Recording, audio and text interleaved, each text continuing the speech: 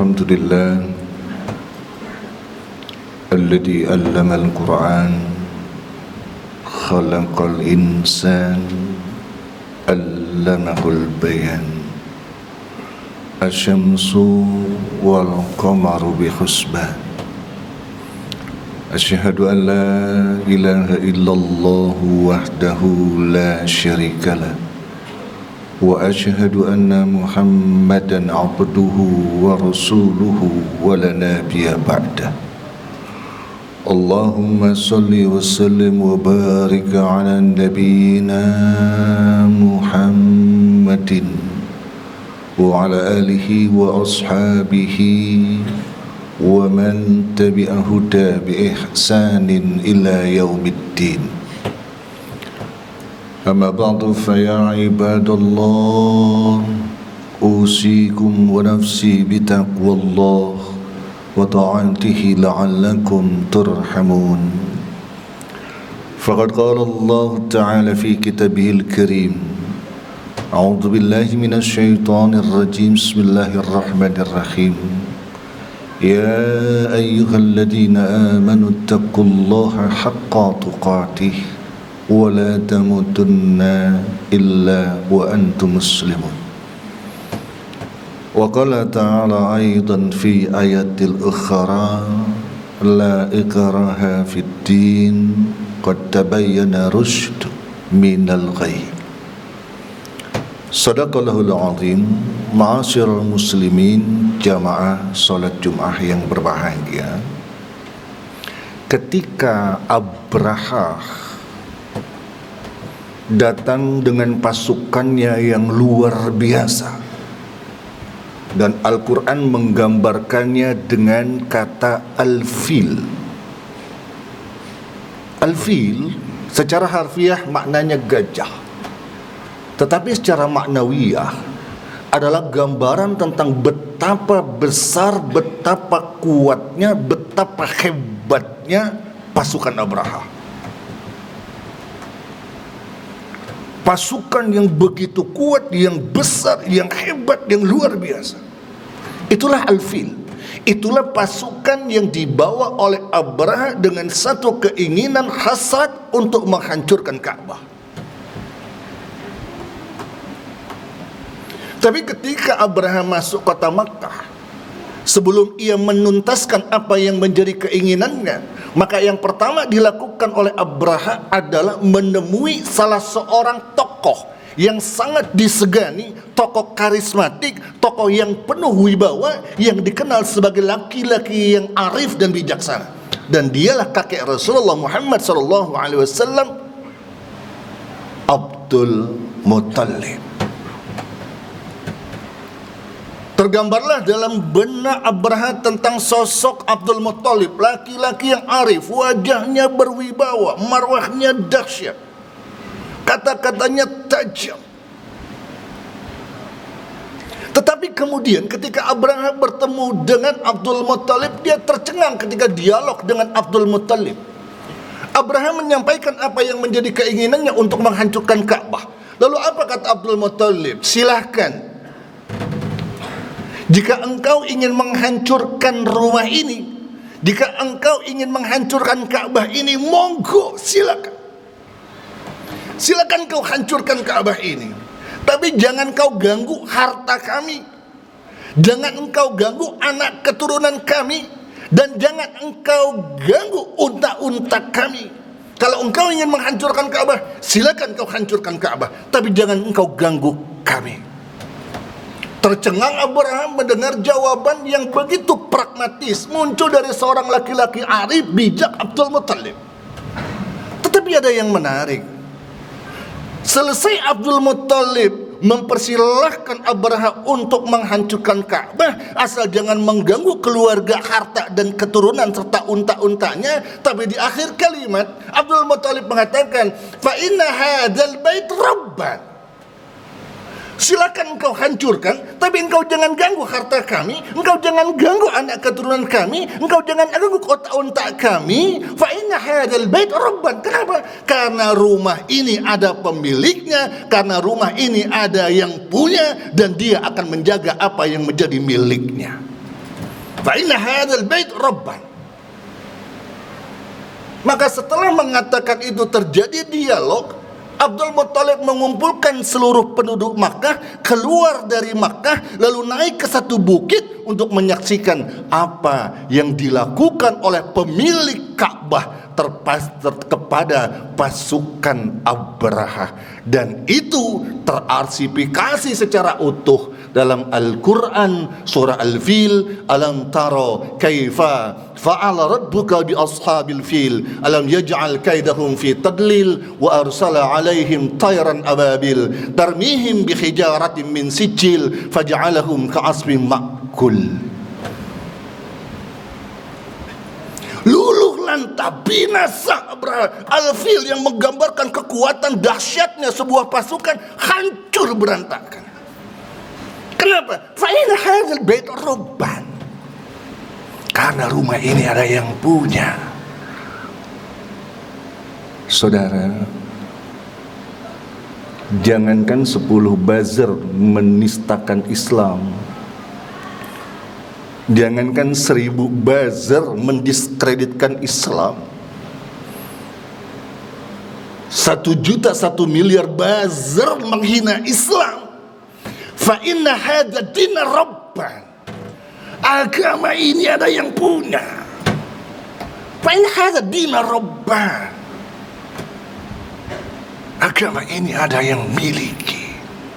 Dan dialah Sang Maha Perkasa, Allah Jalla Jalaluhu. Oleh karenanya saudara,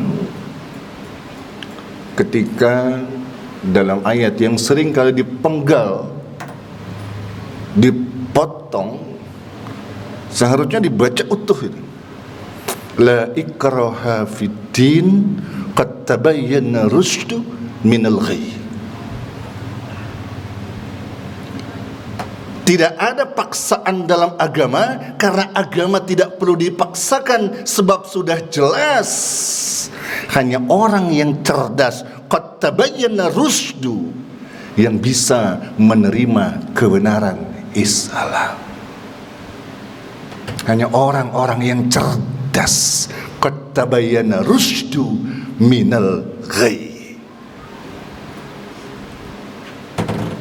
Oleh karenanya saudara hadirin jamaah salat Jumat yang mulia, di tengah kondisi yang kita bisa saksikan, bisa kita baca, bisa kita lihat, bisa kita rasakan betapa rapuhnya umat ini, betapa semrawutnya kita sekarang ini, sampai kemudian orang-orang berani menistakan agama kita.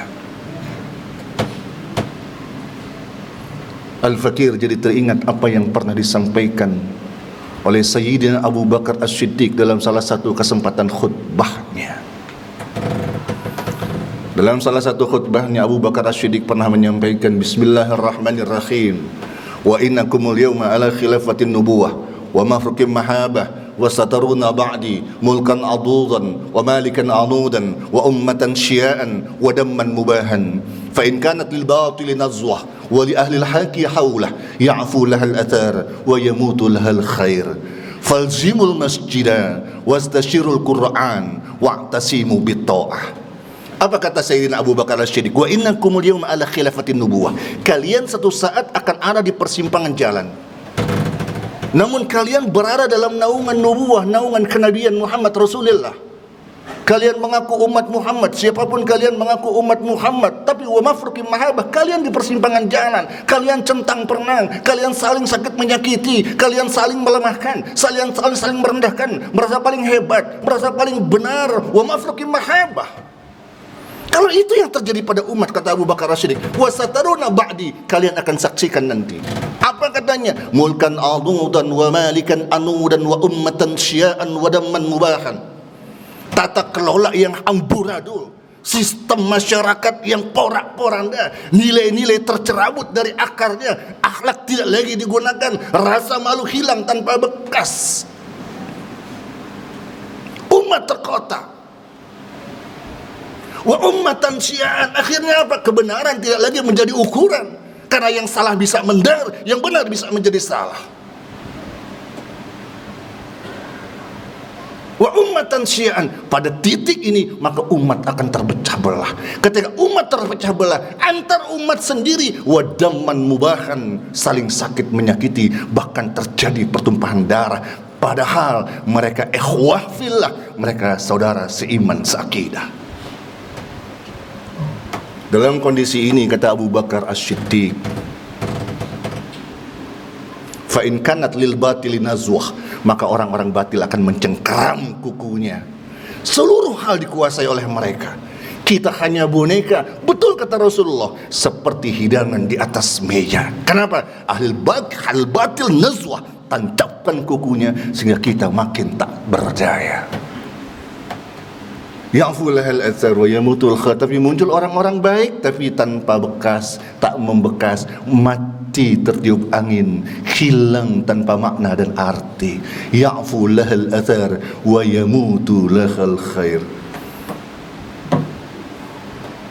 Lalu saudara hadirin jamaah yang mulia, yang menarik kata Sayyidina Abu Bakar As-Siddiq, maka apa yang harus kalian lakukan pada saat itu? 3 hal yang harus kalian lakukan. Solusinya yang pertama kata Sayyidina Abu Bakar As-Siddiq adalah falzimul masjidah. Jadikan masjid sebagai akar ruh pergerakan kalian. Jadikan masjid sebagai ruh untuk merajut kasih sayang di antara kalian. Jadikan masjid sebagai sumber inspirasi dan gerakan kalian. Jadikanlah masjid sebagai tempat untuk mengokohkan nilai-nilai tauhid di antara kalian. Falzimul masjid. Kemudian yang kedua, kata Abu Bakar As-Siddiq adalah wastasyirul Quran. Quran bukan cuma dibaca, Quran bukan cuma dihafal, tapi istasyiru, kaji, pahami, dalami. 27 Rajab terkait Isra Mi'raj. Isra dan Mi'raj adalah 2 peristiwa yang berbeda. Ada dalam 2 surah, dalam 2 ayat juga yang berbeda. Karenanya Isra wa Mi'raj. Apakah itu Isra maupun Mi'raj? Ujungnya sebagaimana dalam surah Al-Isra, linuriyahu min ayatina, untuk menunjukkan tanda-tanda kebesaran Allah. Kata ayah, ulama memaknai sebagai al-alamah. Kata alamah maknanya adalah al-ilm. Karenanya mereka mengatakan kalimat linuriyahu min ayatina itu adalah isyaratul ilmiyah, isyarah keilmuan. Bukan Isra'nya, bukan Mi'rajnya, tapi isyarah ilmiah, isyarah keilmuan agar orang-orang yang alim, akil, arif mampu mengeksplorasi Quran yang terkait dengan Isra Mi'raj menjadi sebuah kristalisasi nilai-nilai teknologi terapan yang mampu akan mengangkat harkat derajat Islam dan umatnya. Bagaimana mungkin kita bisa memahami itu kalau tidak wastasyirul Quran? Dan yang ketiga kata Sayyidina Abu Bakar As-Siddiq adalah waqtasimu bitta'ah. Yang azan 2 kali karena ketaatan, yang azan sekali karena ketaatan, yang ada yang meninggal kemudian tahlilan 7 hari juga karena ketaatan, yang 3 hari juga karena ketaatan, yang salat tarawihnya 21 rakaat juga li ta'atillah, yang 11 juga li ta'atillah. Sudah selesai urusan itu semua. Wa'tasimu bitta'ah, bersalamanlah kalian, berpelukanlah kalian, bergenggaman tanganlah kalian li ta'atillah, karena ketaatan kepada Allah. Kalian semua sama. Wa'tasimu bitta'ah, ujung penghambaan kita bukan di dunia ini, kelak nanti penilaiannya dari Allah Jalla Jalaluh. Saudara, dalam kitab Tarbiyatul Aulad yang lazim di kalangan prodi pendidikan agama Islam, Abdullah Nasi'ulwan dalam sempilan kisahnya dia katakan, Rasulullah selama beberapa tahun menjadi hakim di Madinah. Seluruh persoalan-persoalan itu jatuh kepada Rasulullah dan Rasul dituntut untuk menyelesaikan itu. Dan selama sekian tahun, kata Abdullah Nasir Ulwan, cuma ada 2 kasus, 2 perkara yang sampai ke meja Rasulullah. Yang pertama kasus Tu'mah bin Ubairik yang berselisih dengan seorang Yahudi yang menjadi sebab turunnya ayat la takunil kha'inah al-khasimah dalam surah An-Nisa. Kemudian yang kedua, kasus Abu Bakar As-Siddiq dengan seorang laki-laki Yahudi terkait dengan pohon kurma yang menjuntai ke pekarangan Abu Bakar As-Siddiq. 2 kasus itu yang muncul dan ditangani oleh Rasulullah. Dan itu tidak ada seorang muslim dengan muslim. Yang ada Abu Bakar dengan Yahudi, Tu'mah bin Ubairik dengan Yahudi. Tapi apa yang terjadi sekarang, saudara? Karena tersinggung sedikit dilaporkan ke polisi, karena ketidakpuasan jadi persoalan semuanya. Dan itu antara kita sesama umat yang diikat oleh innamal mu'minina ikhwatun. Di mana ikhwah kita? Aina ikhwatuna? Aina ikhwatuna? Di mana saudara kita? Kalau ini terus terjadi, mimpi rasanya Indonesia akan menjadi tempat pusat kebangkitan Islam. Wa'tasimu bittaqwah. Saudara hadirin jamaah yang mulia, oleh karena itu marilah 3 hal ini kita jadikan sebagai solusi ketika kita menghadapi betapa luar biasanya persoalan kehidupan kita sekarang. Betapa dahsyat, dihimpit oleh bala yang luar biasa, bencana COVID yang sangat dahsyat ini. Seolah kita tak berdaya, tapi Allah tak akan melepaskan kasih sayang dari hambanya. Mengutip Sayyidina Abu Bakar As-Siddiq, 3 yang harus kita lakukan. Yang pertama, falzimul masjidah. Yang kedua, wastashirul Quran, kaji Quran, dalami Quran, pahami Quran, tadabburi Al-Quran. Dan yang ketiga, wa'tasimu bittaqwah. Berpelukanlah mesra kalian dalam bingkai kasih sayang kepada Allah. Semoga kita dibekap Allah dalam rahman dan rahimnya. Barakallahu li wa lakum fil Qur'anil azim wa nafa'ni wa iyyakum bima fihi min ayati wa dhikril hakim. Fataqabbal minni wa minkum tilawatahu innahu was-sami'ul 'alim. Aqulu li hadha wa astaghfiru 'azim li wa lakum wa lisa'il muslimina wal muslimat wal mu'minina wal mu'minat fastaghfiruhu innahu huwal ghafurur rahim.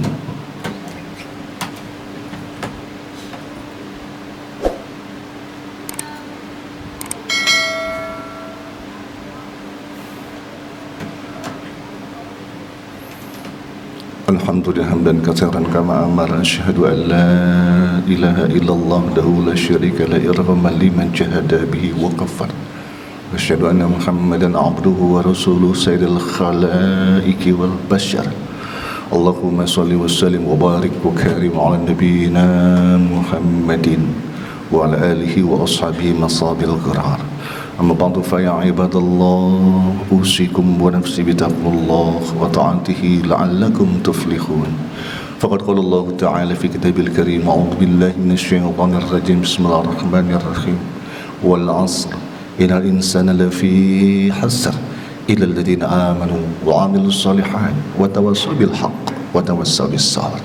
وقال تعالى أيضا في آيات الأخرى إن الله وملائكته يصلون على النبي يا أيها الذين آمنوا صلوا عليه وسلموا تسليما. اللهم صل على محمد في الأولين والآخرين وسلم ورضي الله تعالى عن كل صحابة رسول الله أجمعين. اللهم اغفر للمؤمنين والمؤمنات والمسلمين والمسلمات الأحياء منهم والأموات إنك السميع قريب مجيب الدعوات يا الله يا ربي يا قاضي الحاجة. اللهم إنا نسألك بمعاك الإز من أرشك ومنتهى الرحمة من كتابك واسمك الأعظم ووجهك الأعلى وبكلماتك التامة. اللهم ربنا ظلمنا أنفسنا وإن لم تغفر لنا وترحمنا لنكونن من الخاسرين وتب علينا إنك أنت التواب الرحيم. Ya Allah, peluk kami dalam kasih sayang karunia-Mu. Satukan kami dalam cinta kasih kepadamu. Bekap kami dengan iman dan ketakwaan kepadamu ya Allah. Bimbing kami ya Rabb. Jangan Kau lepaskan petunjuk-Mu dalam hidayah-Mu kepada kami. Tuntun kami dengan sunnah Rasul-Mu, agar kami dapat menjadi yang terbaik sebagai hamba-Mu di muka bumi ini. Rabbana la tuzigh qulubana ba'da iz hadaitana wa hab lana min ladunka rahmah innaka antal wahhab. Allahumma a'izil Islam wal muslimin, Allahumma a'izil Islam wal muslimin, Allahumma a'izil Islam wal muslimin. Rabbana atina fid dunya hasanah wa fil akhirati hasanah wa qina adzabannar. Alhamdulillahi rabbil alamin. Ibadallah, innallaha ya'muru bil 'adli wal ihsan wa ita'i dzil qurba wa yanha 'anil fahsya'i wal munkari wal baghi ya'idhukum la'allakum tadhakkarun fadhkuruhu 'azima dzikrukum was'aluhu min fadlikum wa la dzikrullahi akbar.